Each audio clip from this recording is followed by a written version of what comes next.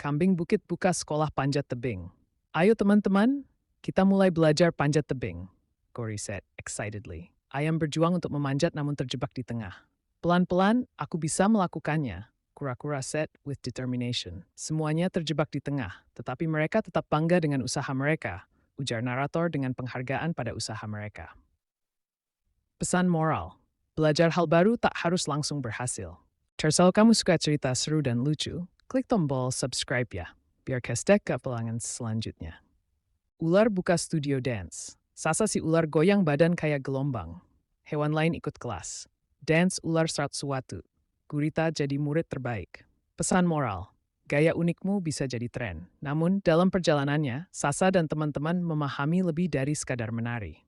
Persahabatan, keberanian, dan kepercayaan pada diri sendiri menjulang tinggi dalam dunia yang penuh warna ini. Semua terpesona tidak hanya oleh gerakan, namun juga oleh kebersamaan dan semangat yang terpancar.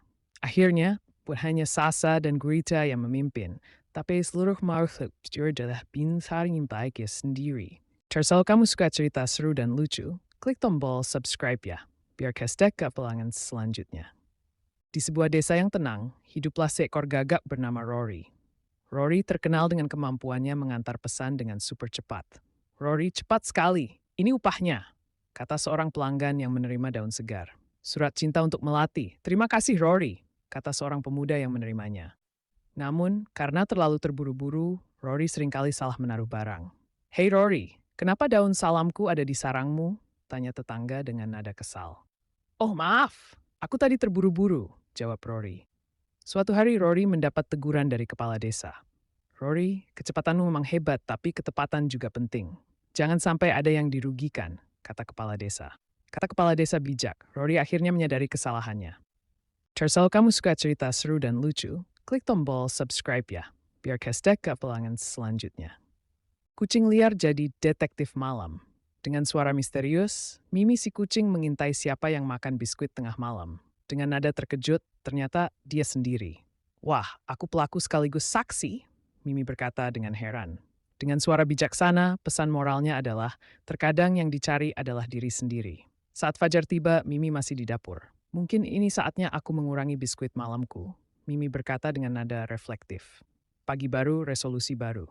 Mimi sekarang tengah belajar dari malam sebelumnya, narator berkata dengan suara menghibur. Hari ini bukan sekedar detektif, aku akan jadi lebih baik. Mimi bertekad. Sang detektif malam telah berubah. Dari diri sendiri dia belajar. Narator lanjutkan dengan nada inspiratif. Kalau kamu suka cerita seru dan lucu, klik tombol subscribe ya, biar kestek ke pelangan selanjutnya. Katak jadi pembalap daun terjun Toti si katak naik daun lebar, meluncur dari air terjun. Dia buka kompetisi Frog Drift Challenge. Pesan moral, hiburan bisa muncul dari ide sederhana. Wuhu, itu luar biasa. Siapa sangka menjadi pembalap daun bisa begitu seru. Toti exclaimed excitedly. Toti, kamu luar biasa. Saya harus mencoba itu, Kiki said, enthusiastic. Ayo, mari kita buat lomba. Siapa yang paling cepat sampai ke bawah dapat hadiah keong emas. Toti replied jovially. Dan begitu mari dimulai, di mana suara tawa dan sorak-sorai mempertemukan para penghuni hutan dengan semangat petualangan baru. Kalau kamu suka cerita seru dan lucu, klik tombol subscribe ya, biar kestek ke pelangan selanjutnya. Di sebuah hutan yang rimbun, hiduplah Timmy, seekor semut kecil dengan ide besar. Jasa angkut 24 jam, siap melayani. Timmy menawarkan jasa angkut barang, tapi ada satu masalah. Barang-barang yang harus diangkut berukuran 100 kali lebih besar dari ukuran Timmy dan timnya. Ayo teman-teman, jangan menyerah. Kita bisa melakukannya. Timmy berkata, semangat. Timmy memotivasi teman-temannya. Semut-semut lain mulai berdatangan, membantu mendorong buah beri. Dengan kerja keras dan kerjasama, akhirnya mereka berhasil memindahkan buah beri raksasa itu. Pesan moralnya, kerjasama kecil bisa mengangkat beban besar. Kalau kamu suka cerita seru dan lucu, klik tombol subscribe ya, biar kestek ke pelangan selanjutnya. Di tengah hutan belantara, hiduplah Leo si singa. Tapi Leo ini beda dari singa lain. Leo punya acara radio malam yang sangat populer, Cerita Cakar Malam. Selamat malam para pendengar setia Cerita Cakar Malam.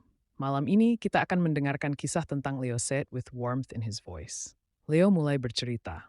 Suaranya berat dan menenangkan. Suara Leo begitu berwibawa hingga nyamuk pun diam mendengarkan. Bahkan beruang yang biasanya ribut pun terdiam. Dan begitulah akhir dari cerita kita malam ini. Semoga kalian semua terhibur dan bisa mengambil hikmahnya. Leo said calmly. Setelah selesai bercerita, Leo mematikan mikrofon. Pesan moral dari cerita Leo. Suara berwibawa bisa bikin tenang asal nggak mengaum terus.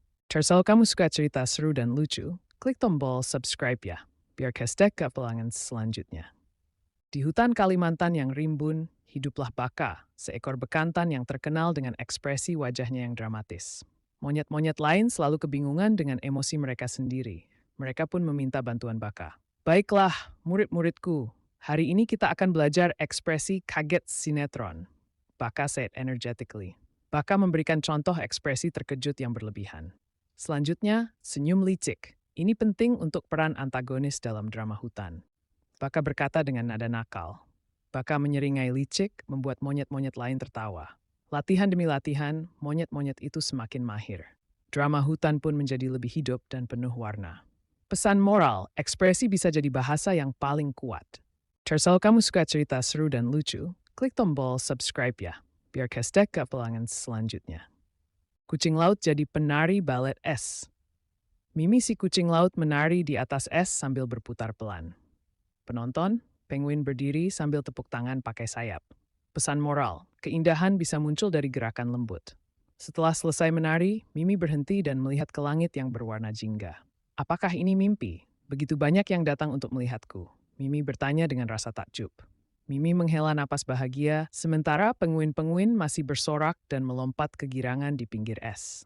Luar biasa Mimi, kami belum pernah melihat yang seperti ini sebelumnya. Seru para penguin dengan penuh semangat. Tiba-tiba, seekor angsa mendekati lingkaran penonton, mengepakkan sayapnya dengan anggun. Mimi, bolehkah aku bergabung dalam perjukanmu? Angsa bertanya dengan sopan. Tentu, bersama kita bisa menciptakan sesuatu yang lebih indah, Mimi menjawab dengan antusias. Angsa dan Mimi memamar ternyulah sis. Kalau kamu suka cerita seru dan lucu, klik tombol subscribe ya, biar kestek ke pelangan selanjutnya. Di sebuah pegunungan yang indah hiduplah Dugo, seekor anjing gunung yang bercita-cita menjadi pemandu wisata. Halo semuanya, selamat datang di tur pegunungan bersama Dugo. Dugo menyapa. Beberapa hewan seperti kancil, monyet, dan burung pipit bergabung dengan tur Dugo. Mereka memulai perjalanan, tetapi Dugo sering lupa arah. Dugo, apa kita tidak tersesat? Kancil bertanya dengan ragu-ragu. Tentu saja tidak, ini adalah jalan pintas rahasia. Dugo menjawab dengan penuh keyakinan. Mereka benar-benar tersesat, tapi suasana tetap seru. Lihat, ada air terjun. Ayo kita berenang, kata monyet dengan antusias. Ide bagus, aku akan mencari buah-buahan, jawab burung pipit penuh semangat. Akhirnya mereka menemukan jalan pulang. Maaf teman-teman, aku sering lupa arah. Tapi yang penting kita bersenang-senang, kata Dugo. Benar, tujuan memang penting tapi perjalanan lebih menyenangkan, saut Kancil. Kalau kamu suka cerita seru dan lucu, klik tombol subscribe ya, biar kestek ke pelangan selanjutnya.